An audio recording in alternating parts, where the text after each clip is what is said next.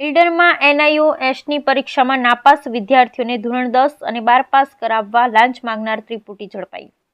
સાબરકાંઠા જિલ્લાના ઈડરમાં આવેલ એક ખાનગી એકેડેમીના સંચાલક રાષ્ટ્રીય મુક્ત વિદ્યાલય શિક્ષા સંસ્થાન નોઈડાના વિદ્યાર્થીઓને ધોરણ 10 અને 12ના વિદ્યાર્થીઓને ઓનલાઈન પરીક્ષા અપાવતા હતા। તે દરમિયાન ઓનલાઈન ફી સિવાયની અન્ય કોઈ રકમ લેવાતી ન હોવા છતાં બિનકાયદેસર રીતે પરીક્ષા પાસ કરાવવા પેટે ₹1,60,000 લાંચની માંગણી કરવામાં આવી, જે અંગે અરવલ્લી ACBની ટીમે છટકું ગોઠવી ઈડર ખાતે આવેલ શ્રી કન્સલ્ટિંગ એકેડેમીના સંચાલક તથા ઓફિસ આસિસ્ટન્ટ 2 મહિલા કર્મીઓને ₹1,60,000 લાંચની રકમ લેતા રંગે હાથ ઝડપી લીધા હતા। અરવલ્લી ACBની ટીમે ત્રણેય વિરુદ્ધ ગુનો નોંધી તપાસના ચક્રો ગતિમાન કર્યા છે। આ અંગેની વિગત એવી છે કે ઈડરના અંબિકા કોમ્પ્લેક્સમાં આવેલ શ્રી કન્સલ્ટિંગ એકેડેમીના સંચાલક વિદ્યાર્થીઓ પાસેથી પરીક્ષા પાસ કરાવવા પૈસાની માંગણી કરેલ, જેની ફરિયાદ ACBને મળતા ACBએ લાંચનું છટકું ગોઠવી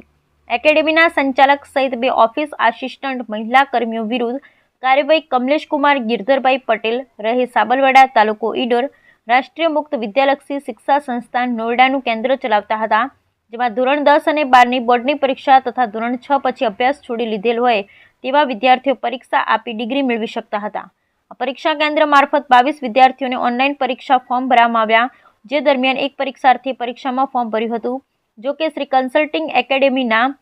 કમલેશ પટેલે ઓનલાઈન ફી સિવાય કોઈ રકમ લેવાની હોવાની ન છતાં ગેરકાયદેસર રીતે અવેજ પેટે ફરિયાદી પાસે ₹1,60,000ની લાંચની માંગણી કરી હતી, જે લાંચની રકમ આપવા ન માંગતા હોવાથી તેમણે ACBનો સંપર્ક કર્યો, જે દરમિયાન ગાંધીનગર ACBના મદદનીશ નિયામક AK પરમારના માર્ગદર્શન હેઠળ અરવલ્લી ACB પોલીસ સ્ટેશનના સુરવિઝન અધિકારી